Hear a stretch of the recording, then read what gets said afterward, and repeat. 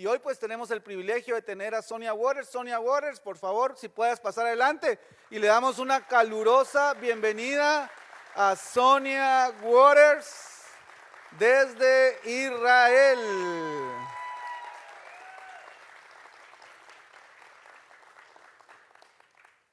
Ok, la primera vez que fuimos a Israel, fui con un grupo en inglés y estábamos muy emocionados de estar allá en Israel y no conocía a Sonia y empezamos el tour y estábamos en Jerusalén y si te recuerdas, en eso cae una nevada que ustedes tenían como 30 y pico de años, o no sé cuántos años, pero eran... Y entonces Sonia muy sabiamente nos dice, si no salimos ahora en este momento de Jerusalén, nos vamos a quedar encerrados y su viaje se va a perder. Y entonces ella le dijo al conductor del bus, anda, trae el bus, sacanos de acá. Miren, y nos fuimos de Jerusalén, nos fuimos a las partes donde no había nieve, pero lo importante es que después vimos que Jerusalén la habían cerrado por completo y nos hubiéramos quedado encerrados en el hotel los 10 días del viaje. Así que Sonia, muchas gracias porque fue una experiencia muy linda y cada viaje que hemos estado con Sonia en Israel ha sido diferente, cada viaje ha sido una bendición. Así que Sonia, el tiempo es tuyo y gracias por estar con nosotros. Shalom, shalom a todos. Muy lindo estar con ustedes. Y muchísimas gracias, Emilio, que me invitó a venir a Atlanta. 22 horas de viaje. Estaba después de 22 horas. Dormí después 12 horas seguidos, ¿sí? Porque estaba completamente... Y yo digo, bueno, gracias a Dios que generalmente los tours vienen para Israel y no yo para acá. ¿No es cierto? Es lejos. Ok, Emilio me pidió que les explique un poco cómo yo vine a la fe y les quiero contar que primero que nada nací en Israel, verdaderamente yo soy israelita, nací en Jerusalén. Y cuando tenía 2 años y medio, mis padres, que son argentinos, se fueron de vuelta para la Argentina y ahí es donde aprendí el español. Pueden escuchar el argentino en mí, ¿no es cierto? Después, cuando vine a la fe, yo tenía 17 años cuando vine a la fe. Y mis padres se enojaron mucho conmigo, siendo judíos, no querían saber de nada que su hija crea en Jesús. Para el pueblo judío es muy difícil aceptar que un miembro del pueblo judío, voy a cerrar esto porque si no, no voy a parar con todos los mensajes que me mandan, un segundito. Ok. Y mis padres se enojaron mucho, pero fíjense que yo terminé mi secundaria antes de que mis contemporáneos terminaran la secundaria. A los 17 años ya terminé. Y en ese tiempo, cuando los dinosaurios rumiaban esta tierra, en ese tiempo, uno no podía entrar a la universidad a los 17 años, solamente a los 18 años. Entonces tuve un año en el cual estaba ayudando a mi padre en su negocio y generalmente me iba a las siestas a ese negocio y empezó a venir un cristiano todas las siestas a hablarme de Jesús, ¿ok? Y este tipo no paraba de hablar, ¿ok? Y yo burlándome le hacía más preguntas, ¿ok? Terrible. Y hablaba y hablaba de la Biblia. Y yo de la Biblia no sabía nada, porque mis padres, siendo judíos, eran completamente seculares y no creían en la Biblia, nunca leyeron la Biblia. Y él me dijo un día, ¿cómo puede ser que vos no sabés nada de la Biblia? ¡Qué vergüenza!, me dice a mí. Este libro es un libro judío y fue escrito por los judíos y vos no sabés nada de ese libro, ¿sí? ¿Y qué es lo que hizo este hombre? Me compró mi primera Biblia en español y me la leí como un libro de Génesis a Apocalipsis en 3 meses. ¿Okay? Me lo leí todo de un saque. Y yo no sabía que como muy buena judía no tenía que haber leído el Nuevo Testamento, pero demasiado tarde ya. Sí, me lo leí todo. ¿Ok? Y un día le digo al Señor, yo realmente no te conozco, le digo a él, pero si tú eres verdadero y tu hijo es Yeshua, Jesús, móstrame. Milagros, atrás de milagros, atrás de milagros, atrás de milagros. Yo no podía ¿cómo se dice denied? Negar que Yeshua verdaderamente era el hijo de él. Y que verdaderamente el Dios de Israel está vivo. Alive and kicking, como se dice en castellano, en inglés, ¿sí? Fíjense, yo les voy a contar un poquito de esos milagros, ¿sí? Tengo que algún día escribir un libro de todos los milagros que pasaron, ¿ya? Primero que nada, yo dije, bueno, me está pidiendo acá en este libro que yo guarde el sábado, ¿sí? Esto es verdaderamente del pueblo judío. Empecé a guardar el sábado, el Shabbat, de Sabbath, ¿sí? Y les dije a mis padres que no iba a ir al negocio los sábados. Mis padres, siendo judíos, se enojaron mucho conmigo porque yo dije, sábado no me voy al negocio, ¿ya? Y se enfadaron, pero se enfadaron, yo digo que era demónico, ¿sí? Porque el enfado que tenían era terrible. Pero dije, no, yo no me voy a ir y no cocino sábado tampoco. Y en ese momento empecé a cocinar el viernes para el sábado.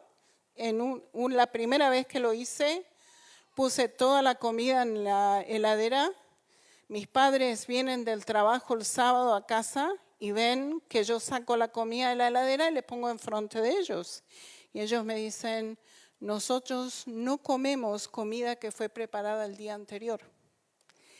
Y en ese entonces a lo mejor eso es lo que hacían, yo no sé. Pero fíjense que ¿qué es lo que hacen? Mis padres tiran toda la comida al perro. Y yo le digo a mi mamá, le dije, no tiren al perro, dejen que la gente que no tiene comida, désenlo a ellos, ¿sí? Déjenlo que ellos coman, ¿sí? Pero mis padres dicen, no, ¿quién va a comer esto? Y tiraron todo. Y yo me acordé que leí en la Biblia el día anterior que la venganza es del Señor, ¿ya? Que yo no tengo que preocuparme, la venganza es del Señor. Le digo, bueno, Señor, esto es tuya, pero sin saber qué es lo que iba a pasar. Le digo al Señor, la venganza es tuya, sin saber lo que iba a pasar. El próximo sábado era un día sin lluvia, sin viento, sin nada. Un muy lindo día. Y entró un viento en el negocio de mi papá. Empezó a dar vuelta, levantó el techo y tiró el techo en el mismo lugar. O sea que no le pasó nada a mis padres que estaban adentro del negocio y a otra gente que estaba adentro del negocio.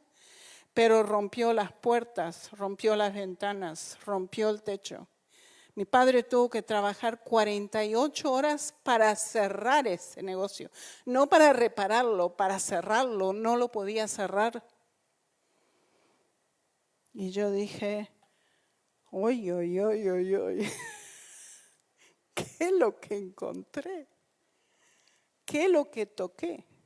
Imagínense el enfado del Dios de Israel, que los padres judíos le estén diciendo a la hija judía que no puede guardar el sábado y hacerme terrible problema. Imagínense qué es lo que Dios estaba pensando en esto y lo que le hizo. Y yo dije, más vale no le digo a mis padres lo que oré, porque imagínense, ¿ya? Y eso fue el primer milagro. Eso fue el primero. Yo me empecé a escapar a la iglesia. Y cuando volvía, mis padres me agarraban a las patadas físicamente, o sea, me pateaban, me pegaban con cintos, con esto, con lo otro, era un desastre. Como se enfadaron conmigo por creer en Yeshua. Y un día vuelvo a casa, después de estar en la iglesia, y yo digo, mejor no me voy adentro de mi casa porque me van a agarrar.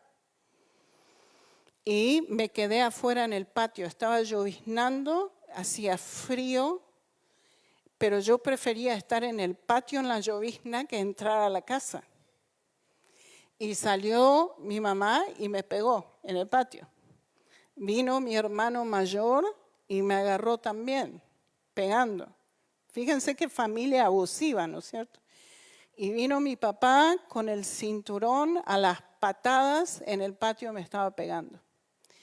Y como hacía frío afuera, yo estaba llorando, imagínense, hacía frío afuera, y se me pasó por la cabeza que sería lindo que salga el sol para que me caliente un poco ahí afuera.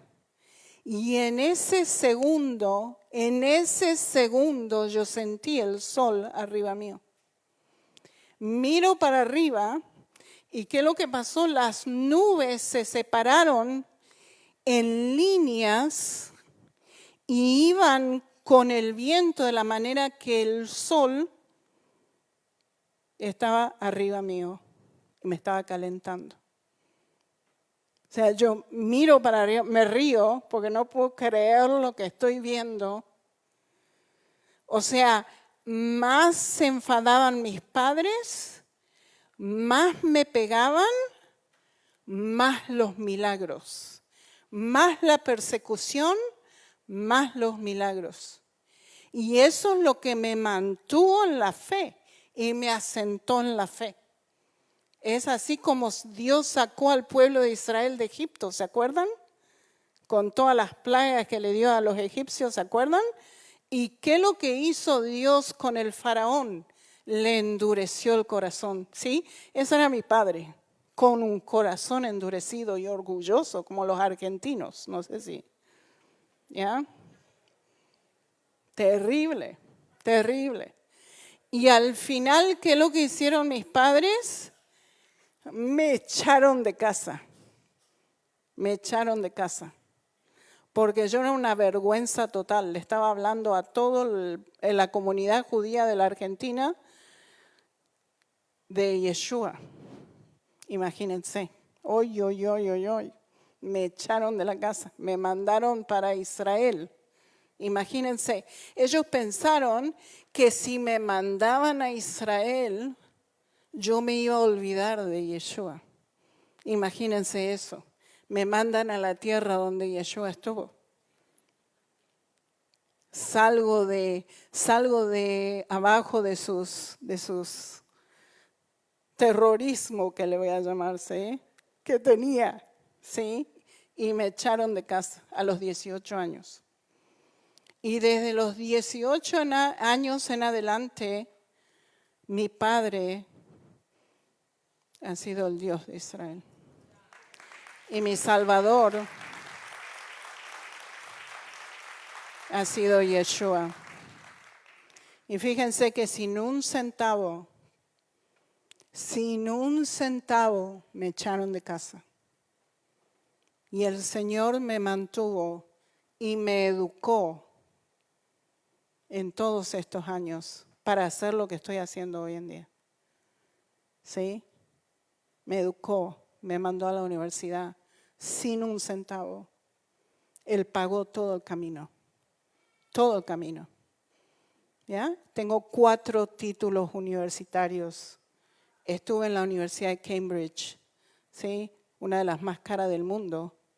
Y fíjense cómo el Señor, sí, lo único que tenemos que hacer es escucharlo y obedecerlo.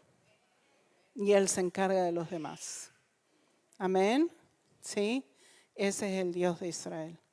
Ese es el verdadero Dios. Y es un Dios de milagros. Amén. Amén. Ok, vamos a empezar con los estudios que tengo preparados para ustedes.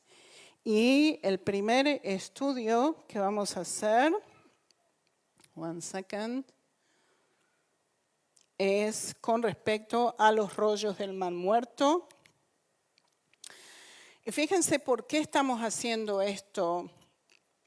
Porque los queremos animar a todos ustedes a venir a Israel. Los queremos animar para que vean qué impresionante que el Dios de Israel es, que es fiel y ha sido fiel al pueblo de Israel por miles de años. Desde el momento que Él hizo al pueblo de Israel 4,000 años atrás con Abraham hasta hoy en día, Él es fiel con el pueblo de Israel. Cumple su palabra. El hecho de que Israel está de vuelta en la tierra prometida es porque Dios dijo que íbamos a estar de vuelta. Es el único país del mundo que ha retornado a su herencia 3 veces en la historia de la humanidad. La primera vez en el siglo XII o siglo XIII antes de Cristo, cuando vinieron de Egipto. La segunda vez en el siglo VI, periodo babilónico, ¿se acuerdan? Los retornados de Babilonia, siglo VI antes de Cristo de Babilonia.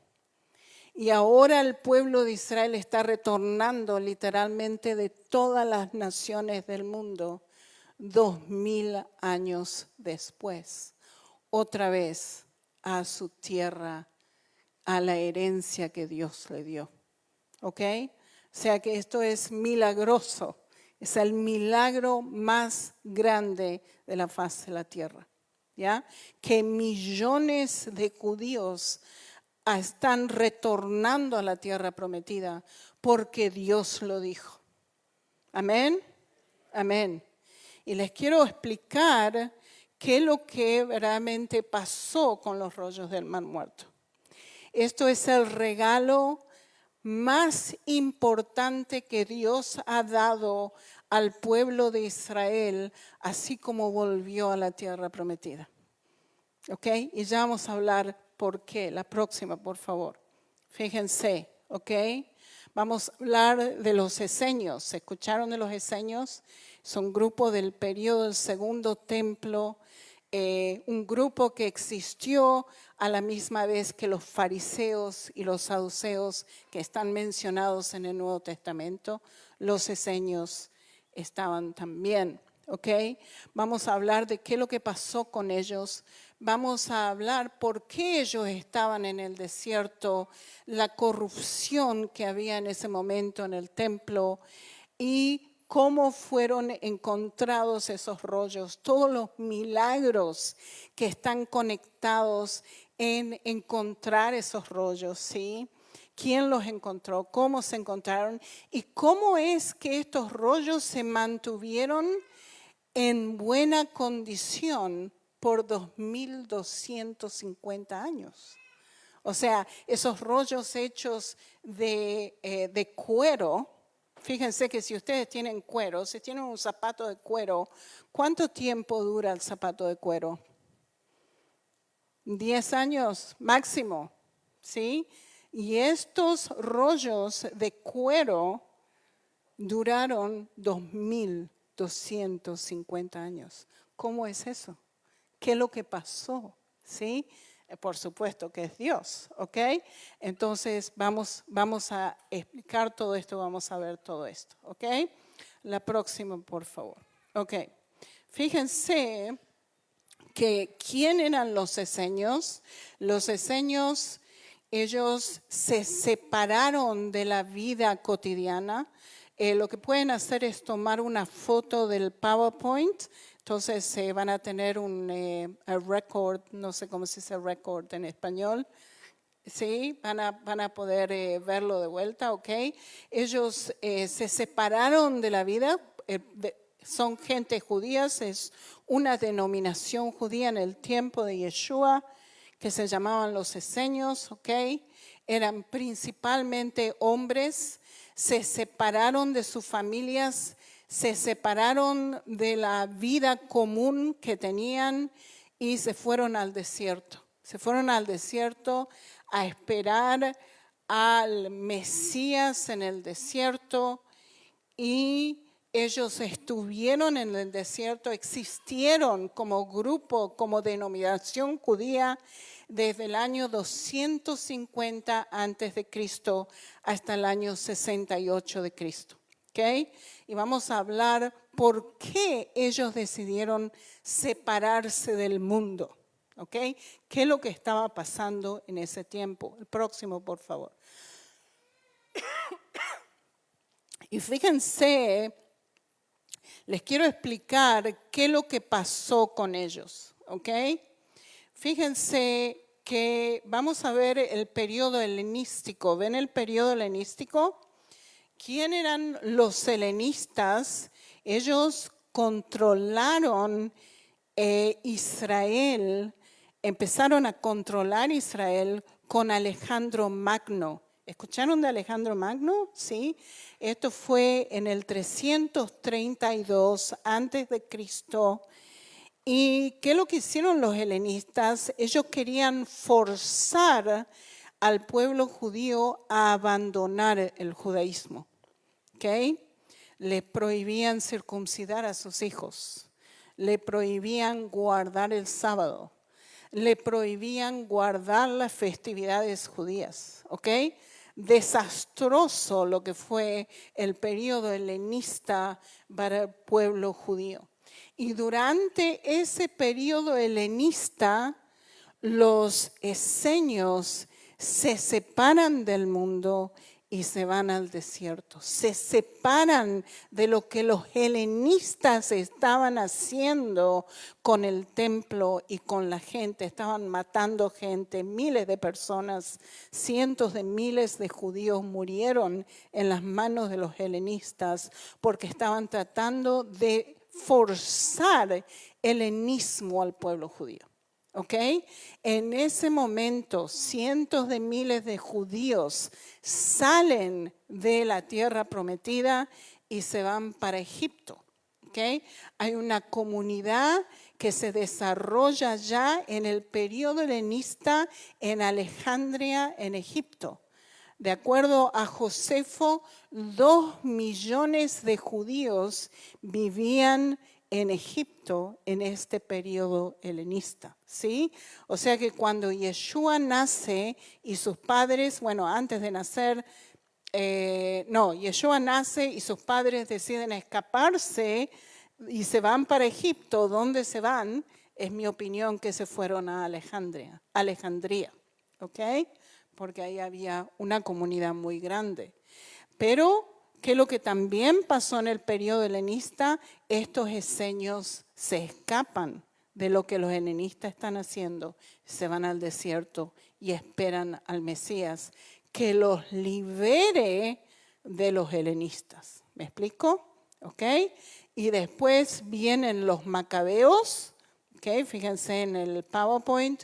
Vienen los macabeos, los echan a los helenistas en el 167 antes de Cristo y los esenios se quedan en el desierto, no vuelven al pueblo judío. ¿Sí? Los macabeos era un reino judío que existió y después vienen los romanos, periodo romano empieza, periodo romano es donde Yeshua también estuvo acuérdense, en el Nuevo Testamento nos habla de eso, y fue en el periodo romano que los romanos destruyen donde los esenios estaban, que se llamaba Qumran, ¿ok? Y lo destruye en el año 68 de Cristo. ¿Okay? O sea que los esenios estuvieron en existencia desde el periodo helenista 250 antes de Cristo hasta el año 68 de Cristo, que los romanos destruyeron su comunidad. ¿Ok? ¿Me explico? ¿Ok? ¿Me siguen? Ok, muy bien. El próximo, por favor. Quiero que vean qué desastre los helenistas estaban haciendo. Vamos a leer pedacito por pedacito, ¿ok? Para que vean, esto está en el libro de los Macabeos, primero, 44 al 50. Ustedes pueden ir y buscar también esto si quieren, ¿ok? Y dice así, el rey, que está hablando del rey helenista, en este caso, esto es, no te dice aquí, pero es Epifanos el cuarto. El rey dice así, el rey también envió a los mensajeros con un decreto a Jerusalén y a todas las ciudades de Judea, ordenando a la gente que siguiera las costumbres que eran extranjeras al país. O sea, ¿qué es lo que están haciendo los helenistas? Imponiendo su propia cultura, su propia idolatría al pueblo de Israel. Eso es lo que está diciendo.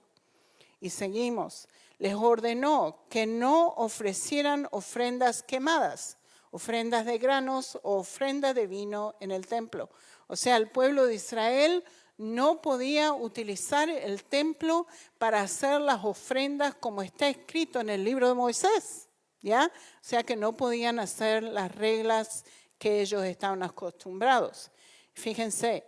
El tercero, y les ordenó tratar a los sábados y festivales como jornadas laborales ordinarias. Fíjense que los helenistas pensaban que tener un día sagrado, un día sin trabajar, era una vergüenza. ¿Cómo que no trabajan un día? En ese tiempo la gente trabajaba todos los días hasta que se morían. ¿Ya? Entonces ellos no podían entender cómo puede ser que hay un día en la semana que no se trabaja. Entonces forzaban al pueblo judío a trabajar, inclusive en los sábados. Y fíjense, el cuarto dice, incluso se les ordenó contaminar el templo y las cosas santas en él. ¿Qué es lo que hacían los helenistas? Primero que nada, tomaron el poder del templo que estaba en ese momento en las manos del sumo sacerdote judío, ¿ok? Pero ellos dijeron, el sumo sacerdote es demasiado importante para que el pueblo judío lo elija. Entonces ellos empezaron a decidir quién iba a ser el sumo sacerdote y tenía que ser pro-helenista. O sea que imagínense el desastre, ¿sí? Así empezó la corrupción del templo en ese momento, ¿ok? Y fíjense que no solamente eso, ellos sacrificaban cerdos. Acuérdense que en la ley judía está prohibidísimo, ¿sí? Sacrificar animales que son impuros.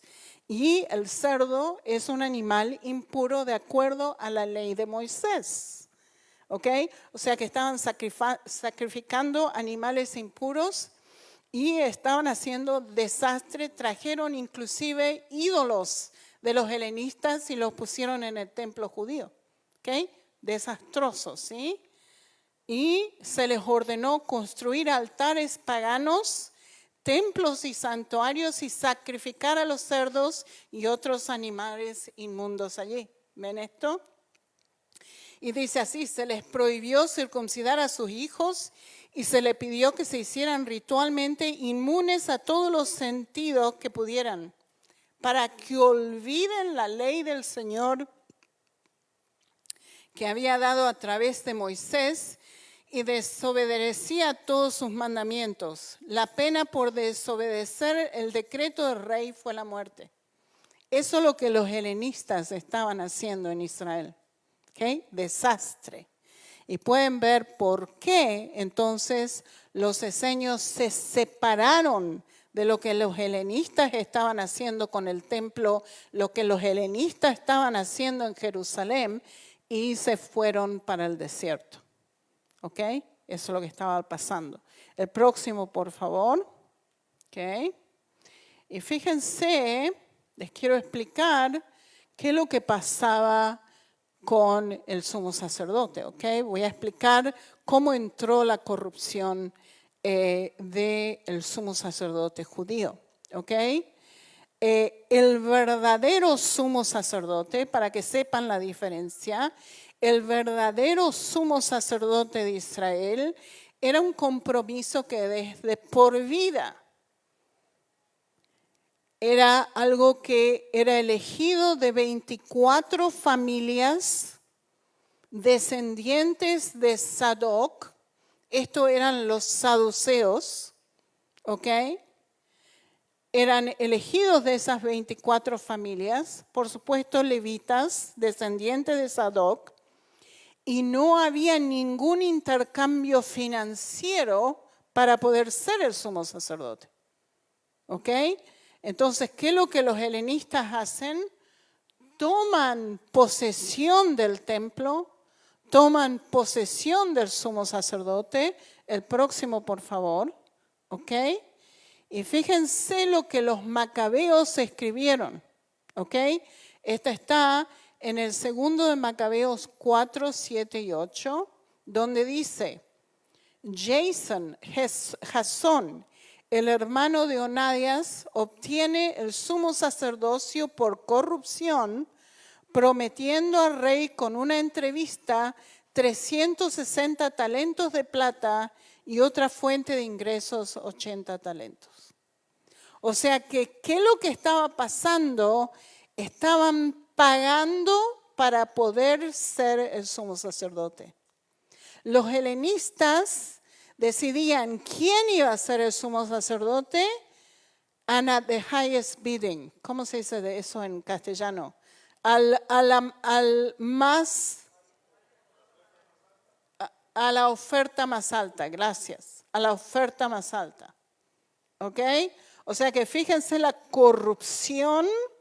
Y tenía que ser pro-helenista, tenía que aceptar lo que los helenistas estaban haciendo en el templo, que era una abominación total para el Dios de Israel.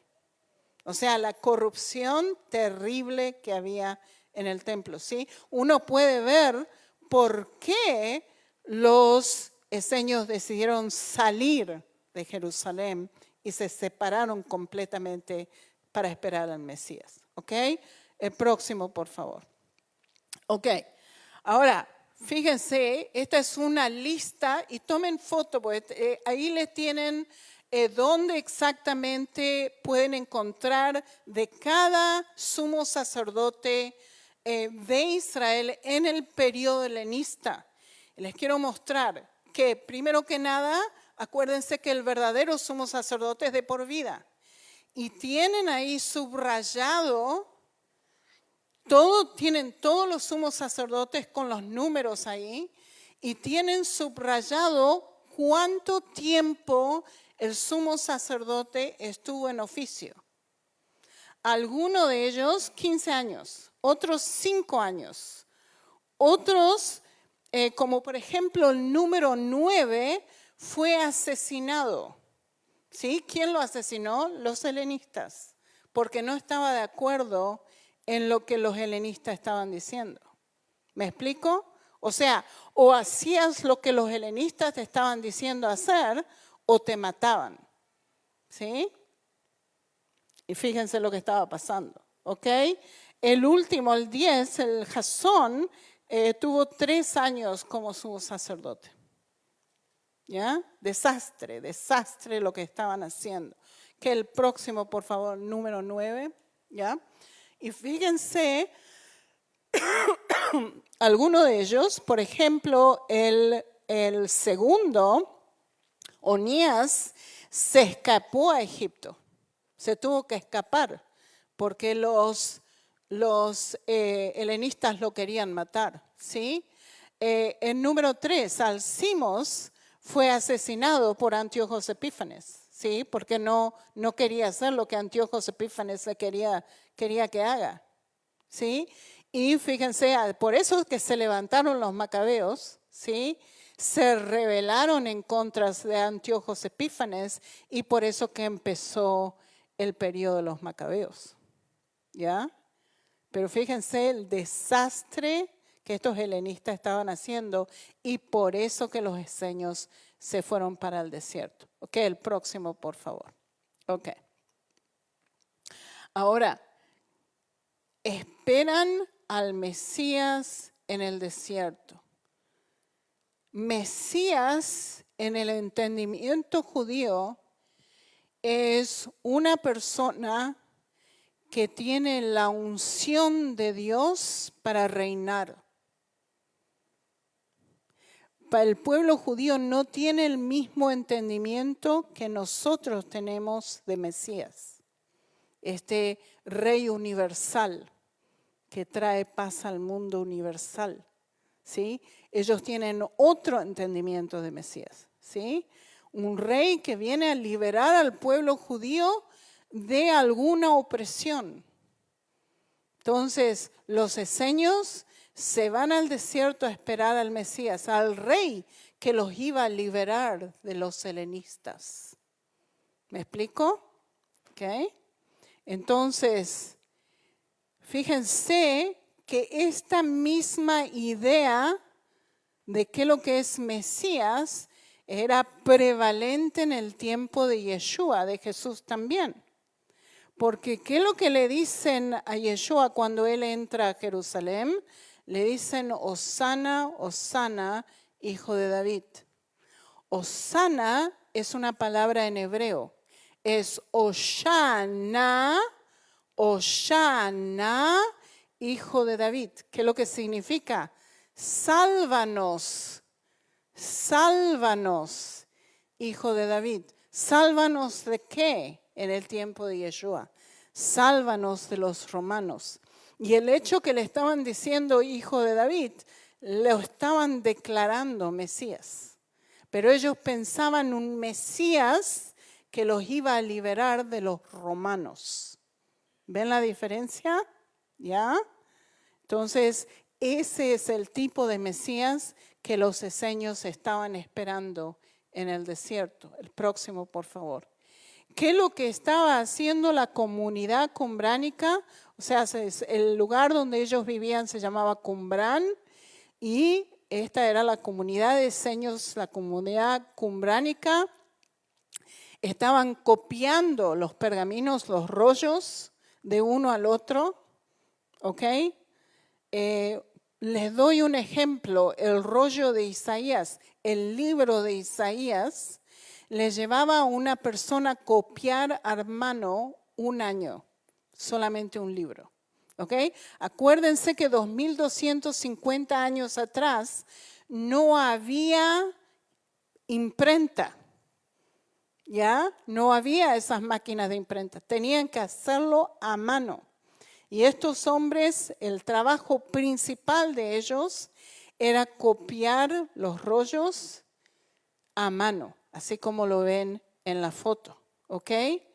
También estaban cultivando en el desierto, estaban cultivando palmeras, pero no de coco, sino de dátiles, palmeras de dátiles. Y fíjense que ellos estaban haciendo miel, pero no es miel de abeja, sino miel de dátiles. Cuando la Biblia nos dice que la tierra prometida es una tierra de leche y miel, se está refiriendo a la miel de dátiles, no a la miel de abejas, ¿ok? Y ellos estaban produciendo la miel de dátiles. Si ustedes, cuando vengan ustedes a Israel, vamos a ir a Qumrán, vamos a ir al lugar donde ellos estaban produciendo la miel de dátiles y se encontraron miles de semillas de los dátiles, miles. Y algunas gente de biólogos se dice en castellano, juntaron unos cuantos de ellos y los plantaron. Y dijeron, vamos a ver si estas semillas germinan, ¿sí? Porque queremos saber qué tipo de dátiles tenían 2000 años atrás. y una de ellas germinó. Es una palmera masculina que la llamamos Matusalén, porque tiene miles de años de antigüedad, ¿ok? Entonces, ¿qué es lo que hacen los biólogos otra vez? Plantan más semillas para ver si, porque necesitan la palmera femenina para poder tener los dátiles que tenían 2000 años atrás. Y 3 palmeras femeninas germinó, ¿ok? Una se llama Sara, la otra se llama Lea y la otra se llama Rebeca, ¿ok? Así que están creciendo en el desierto de Israel y ya tenemos los dátiles que tenían 2000 años atrás. Impresionante, ¿no es cierto? Impresionante, ¿ok? Entonces, ¿qué es lo que estaban haciendo los eseños? Estaban copiando los rollos, estaban cultivando la tierra, tenían animales para producir el cuero, para copiar esos rollos y vivían en el desierto. El próximo, por favor. ¿Ok? Y fíjense que en el año 68 de Cristo, antes de que los romanos entraran a Qumrán, ¿qué es lo que hacen los eseños?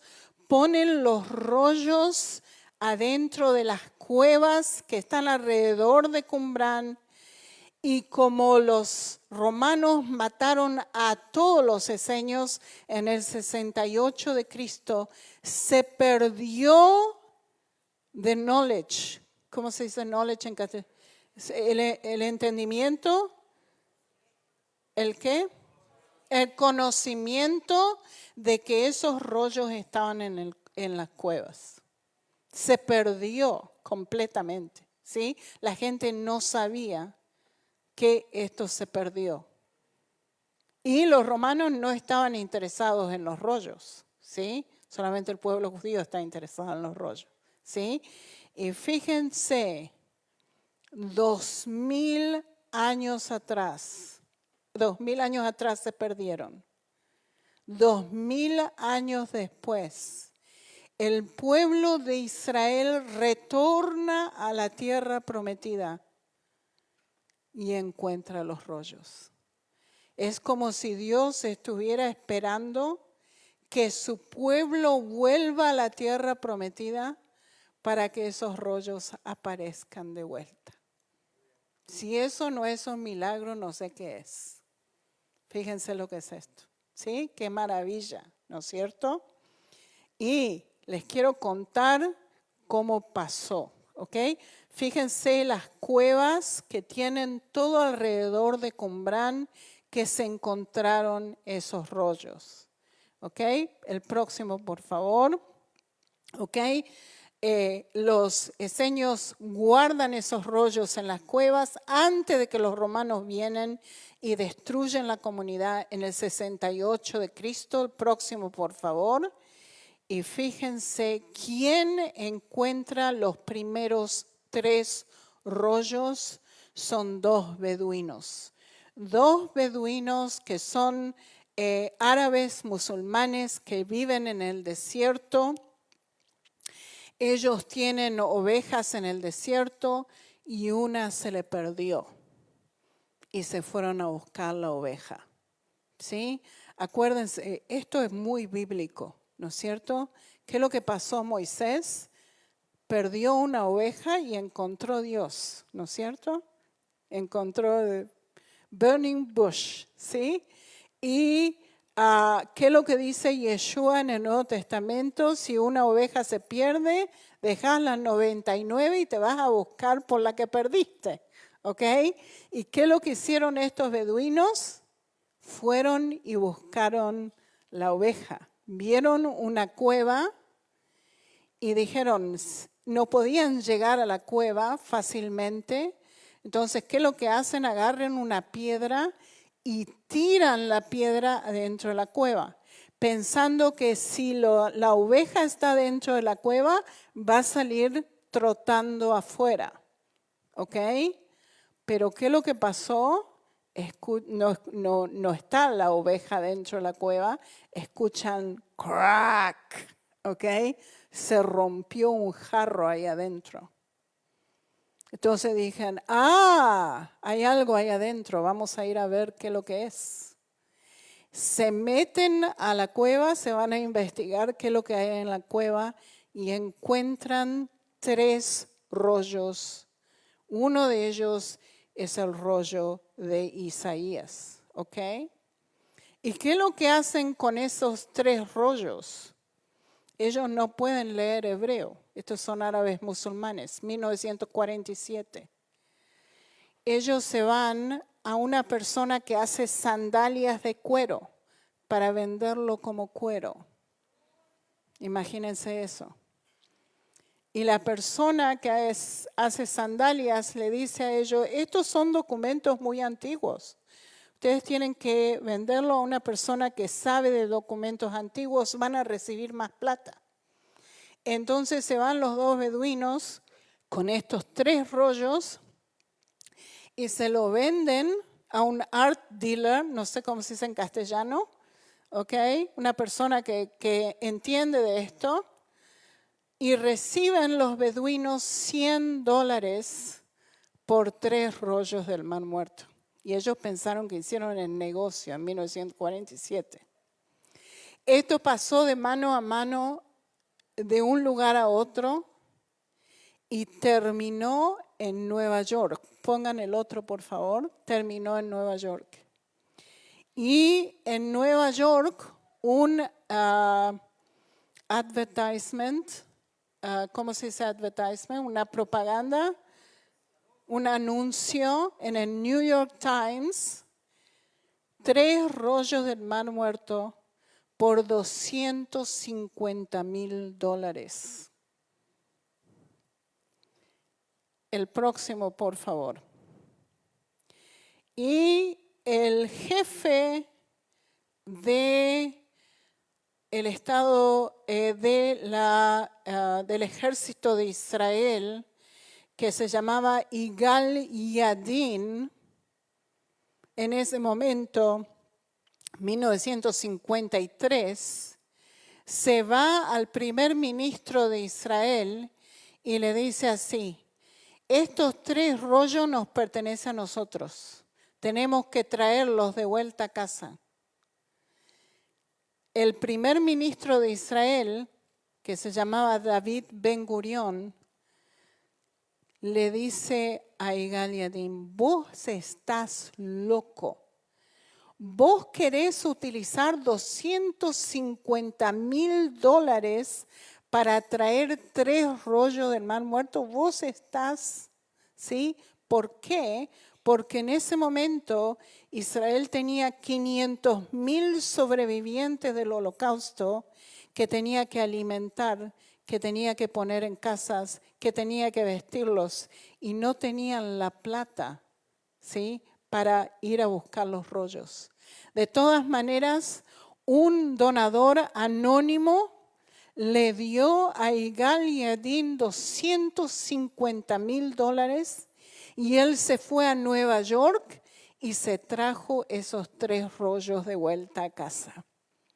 ¿Y qué es lo que hizo? Como él era jefe del ejército israelí, organizó al ejército, organizó estudiantes de arqueología, fue profesor de arqueología también, y mapeó el desierto de Judea con todas las cuevas que tiene, miles de cuevas, y mandó al ejército, a los estudiantes de arqueología, y encontraron más de 800 rollos con miles y miles de pedazos. ¿Cómo puede ser que encontraron después de 2,250 años estos rollos que estaban escondidos? ¿Sí? ¿Cómo puede ser? ¿Ya? Increíble, ¿no es cierto? Increíble. Y fíjense, Dios esperó hasta que el pueblo de Israel de vuelta en la tierra prometida para que esos rollos aparezcan de vuelta, ¿sí? Y fíjense, encontró 13 cuevas de 1953 a 1956. Próximo, por favor. ¿Ok? ¿Cómo es que estos pergaminos sobrevivieron? Porque han sido ocultos por tanto tiempo. ¿Sí? Primero que nada, antes de que los romanos vengan a destruir la comunidad de Qumran, ellos pusieron los pergaminos en jarros. ¿Ven los jarros de arcilla? Ellos hacían esos jarros de arcilla. O sea que pusieron los pergaminos adentro y mantuvieron a esos pergaminos en oscuridad. O sea que la tinta no se desapareció. ¿Ya? Eso es lo primero que pasó. Segundo, lo pusieron en cuevas. En las cuevas de Israel, la temperatura se mantiene constante, es fresco y se mantiene constante. No importa la temperatura que haya afuera. O sea que los mantuvo en una heladera. Fíjense lo que es esto, ¿sí? ¿Y qué es lo que pasó? El ambiente al lado de donde está Qumran está al lado del Mar Muerto. Y el Mar Muerto es uno de los mares más salados del mundo y la atmósfera está llena de sal, el ambiente está lleno de sal. ¿Y sal es qué? ¿Qué es sal? Preserva, ¿sí? Y fíjense todas las cosas que se dieron para que estos rollos del Mar Muerto estén en buena condición hasta hoy en día. Increíble, ¿no es cierto? Increíble, ¿ok? Y se mantuvieron, son muy antiguos, ¿sí? Hay un poco de daño, pero de todas maneras tenemos los pergaminos, ¿ok? Y fíjense, próximo por favor, ¿ok? Quiero que vean qué es lo que se encontró. Una biblioteca se encontró, más de 800 rollos. Todos los libros del Antiguo Testamento, todos los libros copiados que ellos copiaban, todos los libros del Antiguo Testamento, inclusive el libro de Esther. Ahora, por años hemos dicho que el libro de Esther no se encontró en los rollos del Mar Muerto, ¿sí? Pero ahora encontramos el rollo de Esther. Estaba adentro de otro rollo. De otro libro. Entonces no sabíamos que estaba en el medio, ¿ya? Y fíjense que ahora tenemos también el libro de Esther. O sea que todos los libros del Antiguo Testamento están ahí. ¿Y qué es lo que se encontró también? La apócrifa judía, ¿ok? Judith, Tobía. Estos son libros históricos del pueblo judío, los macabeos, ¿ok? ¿Y qué más se encontró? Y esto es fascinante. Libros que se usaron para la escritura del Antiguo Testamento. Libros que fueron usados como referencia del Antiguo Testamento. Fíjense que cuando ustedes leen crónicas o el libro de Reyes, a veces te dice, el rey este hizo esto, esto y lo otro. Si ustedes quieren leer más de este rey, vayan y te da la referencia del otro libro. 26 libros de referencias bíblicas se encontraron entre los rollos del Mar Muerto. Ahora tienen que decir, wow. ¿Ven lo que es esto? ¡Qué maravilla! Y Dios esperó que el pueblo de Israel esté de vuelta. Increíble, increíble, ¿ok? Y también lo que se encontró son libros de leyes de la comunidad de señas, libros relacionados con la comunidad de señas.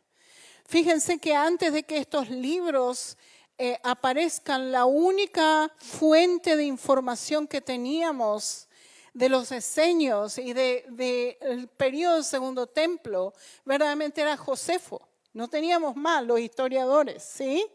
Y fíjense que ahora tenemos todos los libros de la comunidad de señas. O sea, abre más la historia de ese periodo.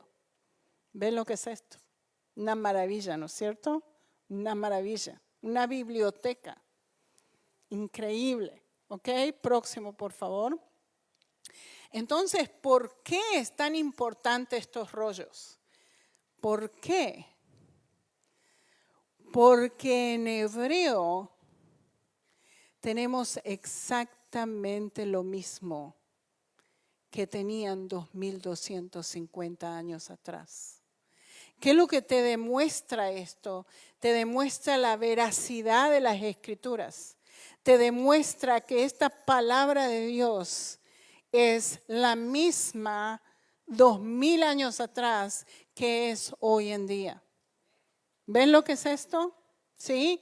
Hay algunos errores. Les voy a contar cuáles son los errores que hay. ¿Qué errores entre comillas que le voy a poner? ¿Ok?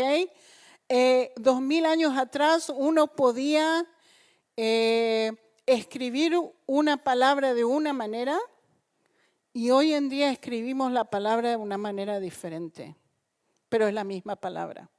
O sea, tenemos B, V, M en el medio de la palabra, M al final de la palabra. Hay 3 M's que están al final de la palabra, que son del medio de la palabra, no tendrían que estar ahí. Esos son los. Pero no cambia de ninguna manera lo que está escrito en las Escrituras. Entonces, la veracidad de la palabra de Dios es increíble. Porque generalmente cuando pasa el tiempo las cosas cambian, ¿no es cierto? Pero no en hebreo. No en hebreo. Y fíjense que antes de que los rollos del Mar Muerto se encontraran, la Biblia más antigua que teníamos tenía 1000 años de antigüedad. Estos rollos son 2250 años de antigüedad. ¿Ven lo que es esto? Increíble, ¿no es cierto? Y les quiero contar un poquito del libro de Isaías. Por miles de años, el pueblo judío ha dicho que el libro de Isaías no le pertenece a la comunidad judía, que seguramente un cristiano lo escribió. Eso es lo que dijeron. ¿Por qué? Porque tantas profecías en el libro de Isaías que Yeshua cumplió, que no puede ser que un judío lo haya escrito. Hoy, ¿sí? Pero fíjense que encontraron 3 libros de Isaías que fueron escritos antes del cristianismo por 250 años. Ahora, no pueden decir que el libro de Isaías no es un libro judío. ¿Amén? ¿Ven lo que es esto? Increíble, ¿no es cierto? Increíble. Ok. Y ya hablé de Josefo. Ok, el próximo, por favor. Okay. ¿Dónde está hoy en día los scrolls? No, lo puse en inglés, estaba muy cansada, creo, le confundí completamente. Los rollos del Mar Muerto. ¿Dónde están hoy en día? Porque son más de 800 rollos. Uno necesita mucho lugar para poder ponerlos. Porque tienen que estar en oscuridad y tienen que estar a una temperatura específica. La mayoría de ellos están en Israel. Están en 2 museos, en el Museo de Israel, que es el más grande de Israel, y están en el Museo de Rockefeller. No sé si escucharon de Rockefeller, ya. Se llama el Museo de Rockefeller también en Jerusalén, y también están en la Universidad de Cambridge. ¿Ya? Interesante, ¿no? Increíble lo que Dios ha hecho.